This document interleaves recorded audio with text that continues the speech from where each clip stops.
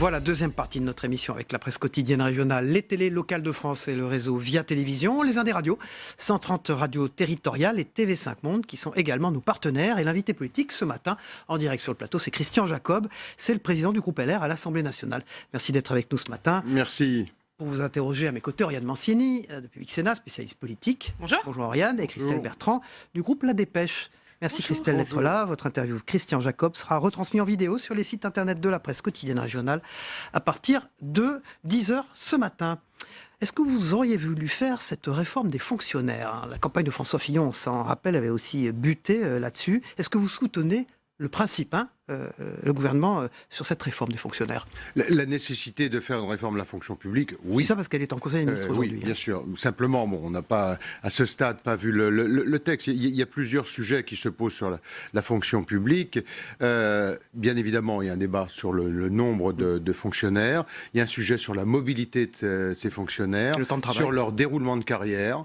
C'est-à-dire comment on peut progresser. Lorsque j'étais ministre de la fonction publique, on avait aménagé les choses effectivement pour qu'il puisse y avoir de meilleurs déroulements de carrière, sur le temps de travail aussi, et je pense qu'on peut avoir la même qualité de service avec effectivement moins de fonctionnaires, mieux payés, davantage de mobilité et de meilleurs déroulements de carrière, c'est-à-dire redonner des perspectives à des fonctionnaires qui aujourd'hui très vite arrivent en haut de l'échelle et après se trouvent pendant 20 ans sans perspective. Donc vous soutenez le gouvernement sur le principe, au fond? Sur le principe, maintenant attendons de voir, le texte nous ne l'avons pas vu. Vous parlez de moins de fonctionnaires. Emmanuel Macron s'est engagé à supprimer 120 000 fonctionnaires d'ici la fin du quinquennat. Vous pensez qu'il va tenir l'objectif ? Je pense que, comme d'habitude, il ne tiendra pas.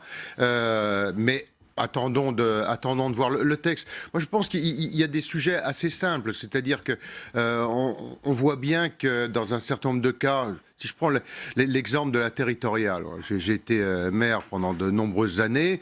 Lorsque je recrutais un plombier, un peintre ou un maçon, il n'y a pas la nécessité qu'il soit pendant 40 ans à la charge des contribuables de la collectivité. C'est-à-dire qu'en fait, ce même peintre, ce même plombier ou ce même maçon, si vous le recrutez en CDI, vous pouvez lui assurer un meilleur déroulement de carrière, donc qu'il soit mieux payé, et beaucoup plus de facilité de mobilité.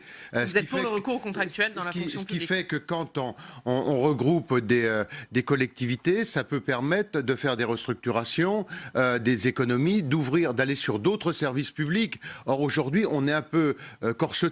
Et donc, il y a une nécessité d'une réforme. Maintenant, attendons de voir. Hier, un rapport choc a fuité dans la presse, un rapport de l'Inspection générale des finances qui indique que 310 000 fonctionnaires travailleraient moins de 35 heures. Est-ce qu'il faut revenir sur tous les avantages que peuvent avoir acquis les fonctionnaires, la fonction publique ? Est-ce qu'il faut remettre tout à plat ? Bon, moi je n'ai pas vu ce rapport. Il faut toujours le prendre avec prudence. Ce qui est certain, c'est qu'il est normal que tout le monde fasse 35 heures au minimum. Je pense d'ailleurs qu'il faut sortir du cadre de ce temps de travail et le poser sur l'annualisation. Et aller au-delà des 35 heures. Maintenant, faisons attention aux caricatures. Il y a aussi un problème dans la fonction publique, c'est de nombreux fonctionnaires qui restent calés en catégorie C sur des bas salaires et pour lesquels il faudrait améliorer le déroulement de carrière.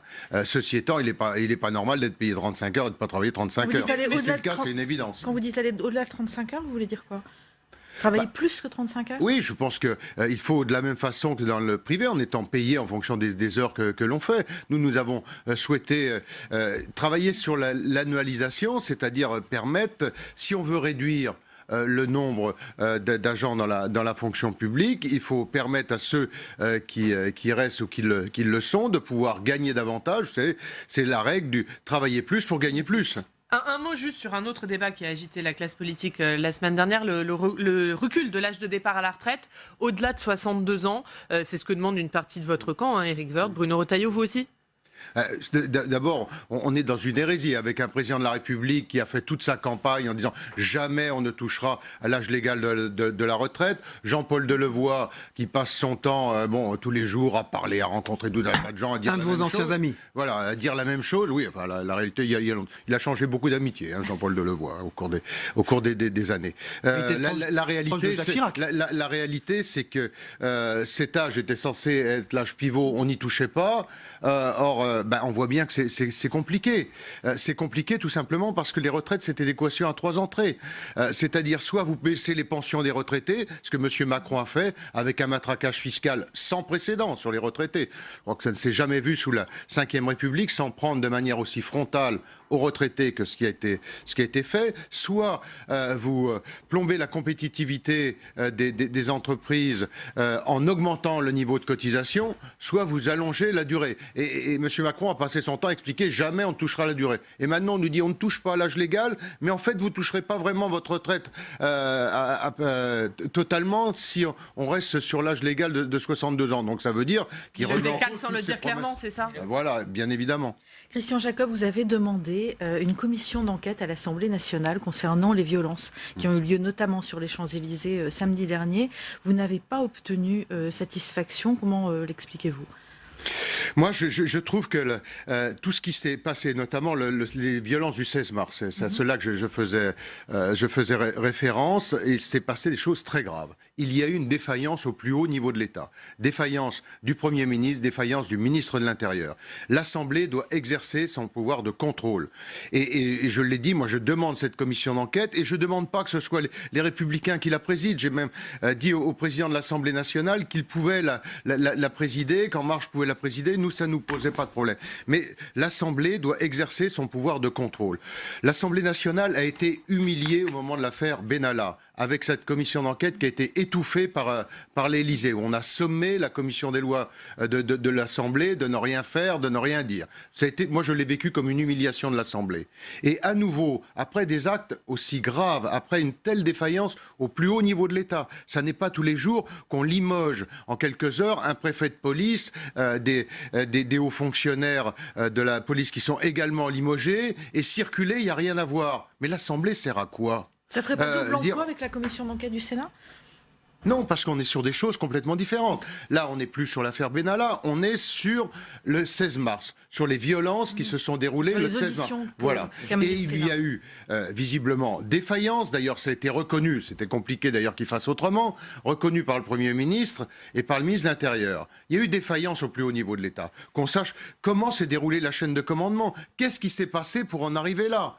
À quel moment il y a eu effectivement cette défaillance du ministre de l'Intérieur et du Premier ministre ? Et pour quelle raison ? Que vous répond Richard Ferrand ? Elle verra le jour, un jour, cette commission, ou pas du tout ? Il nous a dit qu'il fallait d'abord que le ministre de l'Intérieur soit auditionné. Je note que le ministre de l'Intérieur, alors que le Sénat auditionne le ministre de l'Intérieur, ce qui est normal dans les 24 heures qui suivent les faits, nous, 15 jours après, il n'est toujours pas auditionné. Cet après-midi, il sera auditionné cet après-midi. On met tout ça sous le coude. Attention à ce petit jeu-là, parce que d'abord, ça nourrit l'antiparlementarisme, et ensuite, eh bien, on a une Assemblée nationale qui est piétinée au quotidien par l'exécutif, qui est aux ordres de l'exécutif. Ça n'est pas le rôle de l'Assemblée. Et je demande, moi, au président de l'Assemblée nationale de réagir et d'assumer les responsabilités qui sont les siennes. Ça veut dire quoi, réagir ? Réagir, c'est qu'il y ait une commission d'enquête, c'est que l'Assemblée nationale exerce son pouvoir de contrôle. Savoir pourquoi il y a eu défaillance, à quel niveau, de la responsabilité de qui, quand, où, comment. L'Assemblée a besoin, et c'est normal qu'elle le sache. Christian Jacob, président du groupe LR à l'Assemblée nationale, et notre invité politique sur ce plateau en direct ce matin. Acte 20 samedi des Gilets jaunes, demande de la part des Gilets jaunes d'une manifestation, de pouvoir défiler sur les Champs-Élysées. Est-ce que vous demandez-vous à Christophe Castaner, le ministre de l'Intérieur, de l'interdire ? Moi, je pense qu'on est à un stade, vous savez, alors on nous explique qu'il y a les bonnes manifestations, les mauvaises, etc. Je veux bien entendre tout cela. Ce que je vois aussi, c'est que ce qui se passe depuis maintenant 20 semaines, ça n'est pas rien. Ces saccages, ces actes de violence, parce que malgré tout, il y en a toujours. Et puis, le blocage de l'économie. Mettons-nous à la place des commerçants, des artisans, de l'activité touristique. J'ai été maire pendant 17 ans d'une ville touristique à Provins. On a des images sur l'activité touristique de la France, des images de la France à l'étranger qui sont pitoyables. Donc Il y a un moment où je pense que... Ma question, est-ce que vous demandez à Christophe Castaner d'interdire la manifestation sur les Champs-Élysées samedi? C'est simple, réponse écoutez, simple. moi je pense qu'il n'y a plus besoin de faire de manifestation sur les Champs-Élysées Oui. en ce moment. Après, il a des éléments que je n'ai pas, c'est lui qui est ministre de l'Intérieur, c'est pas moi. Donc à partir du moment où on est ministre de l'Intérieur, on a des informations qui ne sont pas portées à ma connaissance, et c'est normal, sur la manière dont elle pourrait se dérouler. Ouais. S'il y a une manifestation qui effectivement ne pose aucun problème à l'activité commerciale... Sur les Champs-Élysées ? Pourquoi pas, mais je vois pas comment elle peut se dérouler. Moi, depuis le début, nous avons demandé à ce que l'on puisse rétablir l'état d'urgence. C'était pour cette raison, pour dire à un moment, on arrête les manifestations et que l'économie reprenne son cours. Sans état d'urgence, les manifestations de samedi dernier se sont plutôt mieux déroulées que les précédents samedis. Est-ce que vous avez à nouveau confiance en Christophe Castaner pour encadrer ces manifestations et faire en sorte que, comme vous le disiez, l'activité économique revive un peu à nouveau ? Le coup de semonce a été tellement fort, c'est-à-dire 19 semaines d'inaction. 19 semaines d'incompétence, disons-le, au ministère de l'Intérieur. Il y a effectivement une réaction samedi dernier. Bon, je pense qu'on peut tous s'en féliciter, mais je pense que ça suffit. Les actes de violence, ça suffit, que l'économie reprenne son cours et que les Champs-Élysées redonnent l'image qu'elle a. Comment on fait pour que ça s'arrête concrètement ? Vous demandez toujours le rétablissement de l'état d'urgence ? Non, mais tout d'abord, il faut apporter une réponse politique. Regardez la manière dont ça se passe sur ce fameux grand débat. De qui on se moque? Le président de la République nous avait dit que le grand débat devait arrêter à la mi-mars. Et là, je vois qu'il continue à aller faire des réunions. C'est-à-dire qu'on tire sur la ficelle en permanence. On va passer à l'Assemblée nationale 15 jours à débattre sur le débat sans vote. Non mais on se moque du monde d'un bout à l'autre. Et là aussi, sur le mépris de l'Assemblée, ça va dans le même sens. Aucune proposition, pas de textes qui vont être proposés. On était censé attendre, à l'issue de ce grand débat, des propositions concrètes sur lesquelles l'Assemblée se prononcerait et voterait majoritairement. Édouard Philippe fera un discours le 9 avril. Vous n'en attendez rien de ce discours ? Sans vote. C'est-à-dire qu'on va avoir, la semaine prochaine, on va passer 2 jours à débattre sur le débat avec des groupes de travail, etc. Ensuite, la semaine d'après, donc ça va nous occuper 15 jours, le Premier ministre va intervenir sur un débat sans vote. Donc sans proposition de loi qui seront mises sur la table. Tout ça pour dire, on va essayer d'enjamber les Européens et on fait durer les choses et on met la poussière sous le tapis et on continue à avancer dans le mur en klaxonnant. Le président de la République doit prendre ses responsabilités pour mettre fin à cette situation de crise. Il doit y avoir des propositions de mise sur la table concrètes et l'Assemblée se prononce. Elle les vote pas. Est-ce qu'il n'est pas un peu tôt pour faire ces propositions, sachant que toutes les remontées de terrain n'ont pas eu lieu? 2 ans, il n'y a pas de problème. De toute façon, au rythme où on est là, on peut continuer. Le président de la République se promène, choisit ses interlocuteurs, filtre les salles, parce que vous savez, on organise le grand débat, les parlementaires d'ailleurs, ou les maires, s'ils sont trop opposants, ils n'ont pas le droit de parole, tout ça est bien filtré, donc ça peut effectivement durer encore des semaines, tout va bien. Mais est-ce que le président a pris la mesure de la situation de pré-insurrection à laquelle il a mis le pays, à laquelle il a bloqué l'économie depuis plusieurs semaines? Donc pour vous, il faudrait devancer, précipiter un peu les annonces. Une réponse politique. Avec des annonces précises, avec un projet de loi. L'Assemblée nationale, comme le Sénat, ce ne sont pas des salles des fêtes ou des gymnases. On y vote la loi. Donc on nous apporte un projet de loi avec une loi de finances rectificative. Là aussi, on est sur un budget qui est totalement insincère. Il n'y a eu aucune loi de finances rectificative après les annonces qui sont faites. Moi, je ne sais pas du tout où on en est. D'ailleurs, ça a été dénoncé par la Cour des comptes. Est-ce que vous avez entendu annoncer une loi de finances rectificative? Non. On continue. Vous êtes très critique depuis tout à l'heure sur la façon dont l'exécutif traite le Parlement. Comment vous qualifieriez ça? Est-ce que c'est une dérive institutionnelle pour vous? Oui, pour moi, il y a une dérive institutionnelle. Dérive institutionnelle grave sur le mépris du Parlement. Vous savez, on l'a vu ici, vous l'avez vu au Sénat, avec l'attitude du Premier ministre. Lorsque le Premier ministre refuse de venir répondre aux questions au Sénat, parce qu'il considère que le Sénat a fait de mauvaise manière au Président de la République. Mais le Premier ministre, quand il vient devant le Sénat, il ne vient pas en tant que copain de M. Macron. Il ne vient pas en tant que chef de clan. Il a un rôle institutionnel. Il est le Premier ministre de la France. Et à ce titre, chef du gouvernement, il est responsable devant le Parlement. Il doit venir devant le Parlement. Il doit s'expliquer. C'est le mode de fonctionnement normal de nos institutions.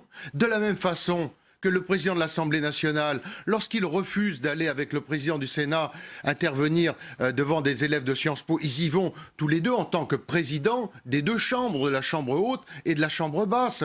Et que le président de l'Assemblée nationale, sous prétexte qu'il est copain avec le président de la République, décide de ne pas y aller.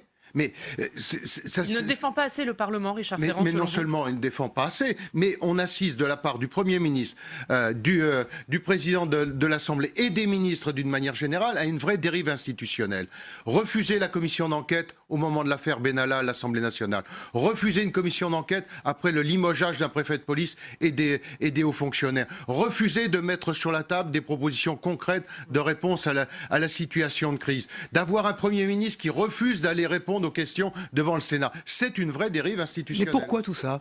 Quel est le responsable ? Par un mépris total du Parlement. C'est-à-dire qu'on considère que le Parlement est là pour empêcher de légiférer tranquillement. C'est-à-dire que voilà, on voudrait que tout ça se décide autour de la table du Conseil des ministres, et puis une fois que les lois sont décidées autour... Pour vous, c'est l'équilibre des pouvoirs qui est en danger là ? Ah ben oui. Oui, parce que aujourd'hui, le Parlement n'exerce est bloqué dans l'exercice dans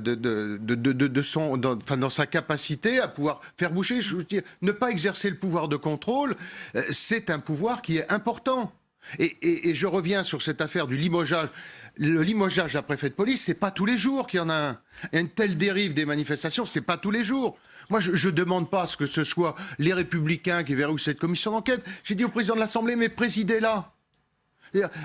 Mais simplement, moi, ce que je veux, c'est que la transparence soit faite. Il reste une minute. Un mot sur les 80 km/h. Une mesure a été votée hier au Sénat pour revenir dessus, en tout cas pour que les départements puissent revenir dessus. Vous y êtes favorable, évidemment ? C'est une mesure de vrai bon sens. De le faire de manière pragmatique, c'est-à-dire à la fois avec les conseils départementaux qui ont la responsabilité des routes départementales, et puis des services de sécurité, c'est-à-dire autour des préfets, avec les services de police ou de gendarmerie en fonction des zones dans lesquelles on est, c'est-à-dire et des sapeurs-pompiers, ceux qui ont la connaissance sur la sécurité, ceux qui ont la responsabilité de l'organisation du réseau routier. C'est du pur bon sens. Christian Jacob, vous avez été très très proche de Jacques Chirac. Vous avez été d'ailleurs un des seuls, un des derniers à le visiter. Est-ce que vous l'avez vu récemment ? Est-ce que vous allez toujours le voir d'abord ? Récemment, non, parce que bon, sa famille a souhaité qu'il ait moins de visites. Au-delà de ça, je garde une affection toute particulière, et nous avons régulièrement des nouvelles par elles sont bonnes avec sa famille. Elles sont bonnes. Oui, écoutez, je crois que l'état de santé du président de la République, il est connu. Il a une maladie évolutive, mais bon, voilà, il n'y a pas d'autres informations, si ce n'est que les relations restent très, très étroites avec sa famille. Merci beaucoup, Christian Jacob. Vous êtes le président du groupe LR à l'Assemblée nationale, d'avoir été notre invité politique ce matin sur ce plateau. Merci Oriane Mancini. Merci Christelle Bertrand. On passe au débrief de l'actualité dans un instant. À tout de suite.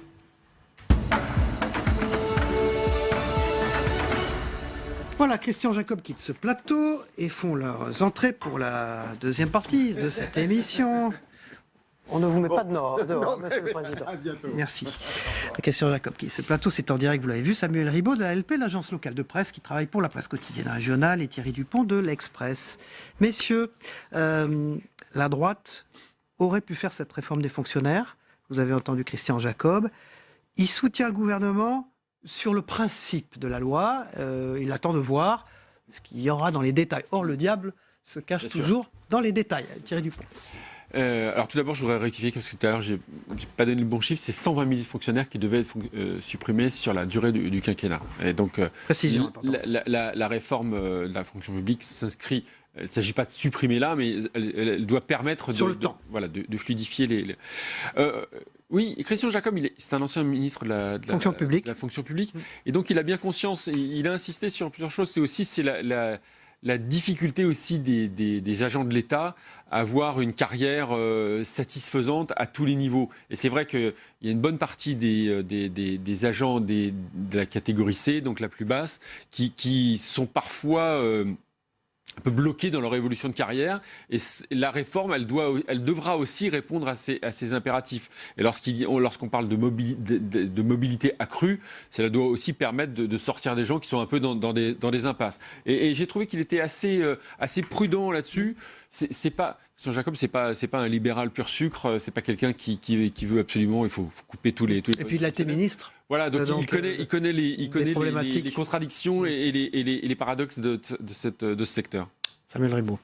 Ça aura déjà permis de voir qu'il était capable de reconnaître un mérite à ce gouvernement.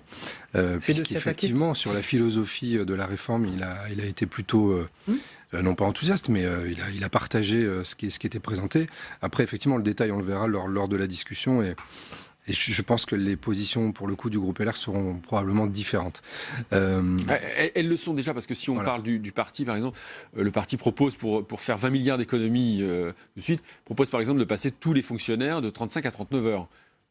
Ce qui est encore une marche supplémentaire à franchir pour les agents de l'État. Voilà, après, il ne faut pas oublier que cette réforme, elle va s'inscrire aussi dans un contexte préélectoral. Donc, il va y avoir des postures qui vont être déclinées à l'Assemblée. Donc, voilà, je pense que c'était le seul message positif qu'on pouvait entendre au sujet de cette réforme de la part du responsable du groupe LR à l'Assemblée.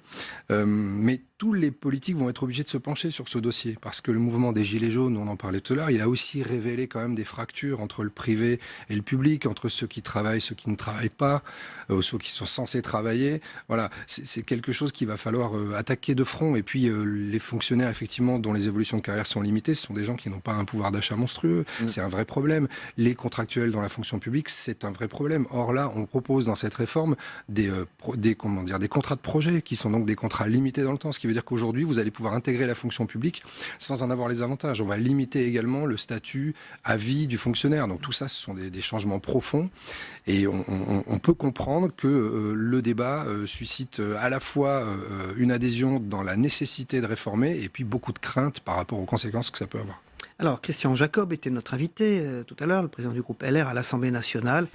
Et il a été vraiment très, très pointu sur des attaques à destination du gouvernement et d'Emmanuel Macron sur la diminution du rôle du Parlement. Vous l'avez entendu. Il considère que tout ce qui se passe, au fond, contribue à diminuer le rôle et à changer presque l'esprit des institutions. Vous avez entendu ça ? Oui, on l'entend. C'est quand même pas loin d'être une réalité. Le Parlement n'est pas véritablement respecté quand même depuis l'accession au pouvoir d'Emmanuel Macron. Il dit multiples discussions sans vote à l'arrivée, etc. Sans vote, on veut mettre tout ça sous le tapis, passer les européennes, etc. Donc une forme de manipulation, le mot est grand, mais en tout cas de tentative.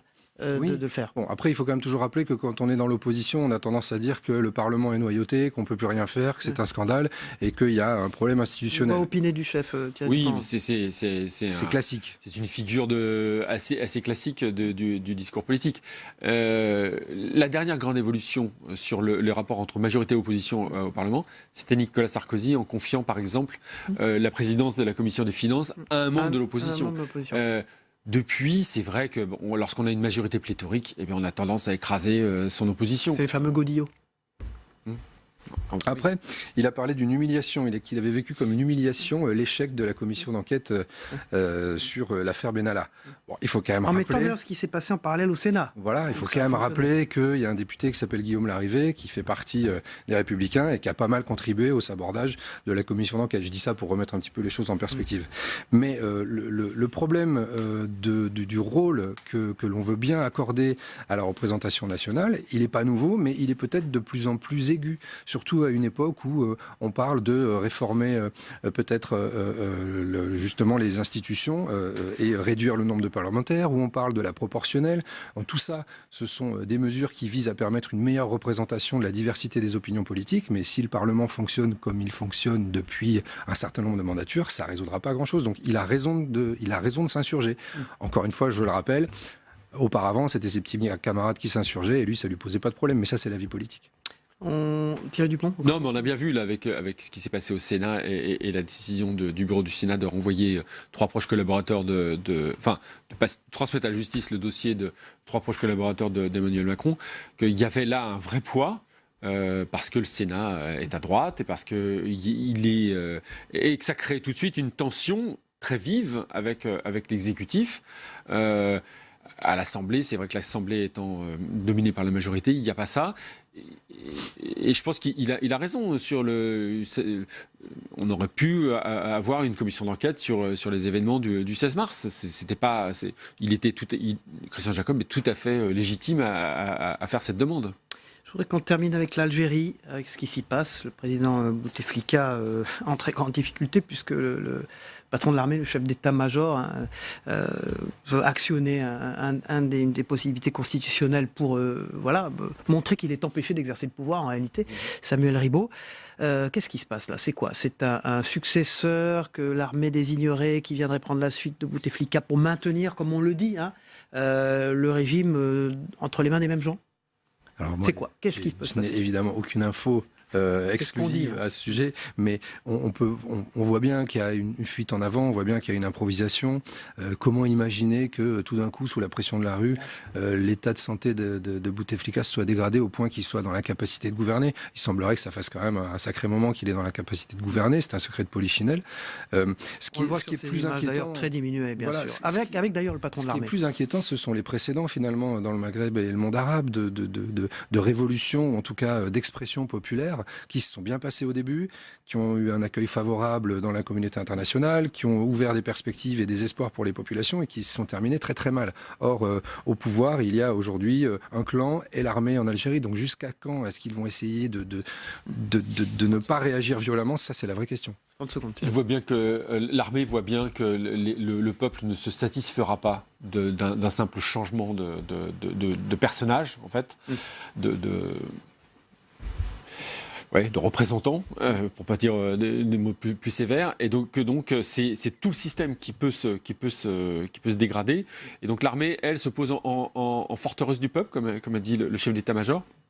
Elle ne veut pas que ça dégénère, et donc elle se dit il va falloir lâcher d'autres choses, et donc il faut passer un coup de balai. Merci Thierry Dupont, merci Samuel Ribaud. Je signale dans l'Express Bellamy l'ingénu, un papier et portrait en même temps sur François-Xavier Bellamy, qui est donc la tête de liste LR aux élections européennes. Un papier qui crée la surprise d'Éric Mandonnet et qui crée la surprise avec des sondages meilleurs qu'on ne pensait. On voit d'ailleurs ce papier en ce moment pendant qu'on en parle. Merci beaucoup Thierry Dupont de l'Express, Samuel Ribaud de l'ALP, l'agence locale de presse. On regarde ensemble le Zap Matin, ce qui s'est passé hier soir dans les journaux télévisés, les émissions politiques, mais également chez nos confrères des autres matinales d'infos ce matin. On se retrouve juste après pour l'actualité parlementaire et politique. À tout de suite. Voici les visages de la République en marche pour la bataille des européennes. La jeunesse qui manifeste tous les vendredis. Regardez, celle qui conduit la liste LREM, c'est une ministre de Macron. C'est les mêmes, quoi. Donc si vous êtes en colère contre le gouvernement, c'est simple, c'est écrit dessus. Il y a une ministre de Macron, sanctionnez-la. On reste chez soi sur son canapé, comme ça a été le cas en 2014. Le premier parti de France, c'est le Front National. Donc je voudrais le dire aujourd'hui aux Français. Madame Loiseau, elle a une obsession, c'est battre le Rassemblement national. Elle le dit sur tous les tons, dans toute la presse. Nous, on a une autre obsession, c'est défendre la France et les Français. Alors effectivement, on ne joue pas dans la même cour. Il y a, de la part de ces deux formations politiques, une volonté d'enfermer les Français. Moi, je pense au contraire qu'il faut les libérer et regarder les projets plutôt que de regarder les castings. Et puis, c'est surtout, je pense, avec la liste qu'on présente, des acteurs. Si vous regardez leur métier, leurs fonctions, on présente au Parlement européen des gens qui sont des gens du quotidien, qui ont des métiers, qui ont des compétences. Ensuite, c'est une vision très écologique. On a Pascal Canfin en numéro 2, juste derrière Nathalie Loiseau, qui est engagée depuis longtemps sur ces sujets, qui dirige l'une des principales associations en France, WWF. J'avoue que je ne comprends pas.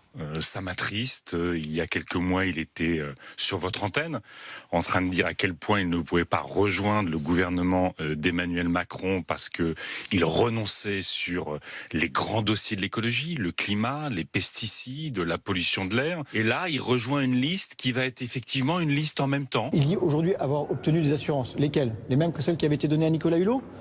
Écoutez, si c'est ça, je constate simplement que l'on peut tromper 1000 fois une personne. On voit bien qu'on n'est plus du tout dans quelque chose qui marginaliserait l'écologie, qui serait dans une niche sympathique, mais relative. Donc, je crois qu'on est en train de franchir un cap très important, franchir un pas qui n'avait pas été franchi avant. C'est d'ailleurs pour ça que je l'avais dit à l'époque, il n'avait pas été franchi. Moi, j'avais aucune raison de m'engager dans ces conditions. Aujourd'hui, c'est plus le cas.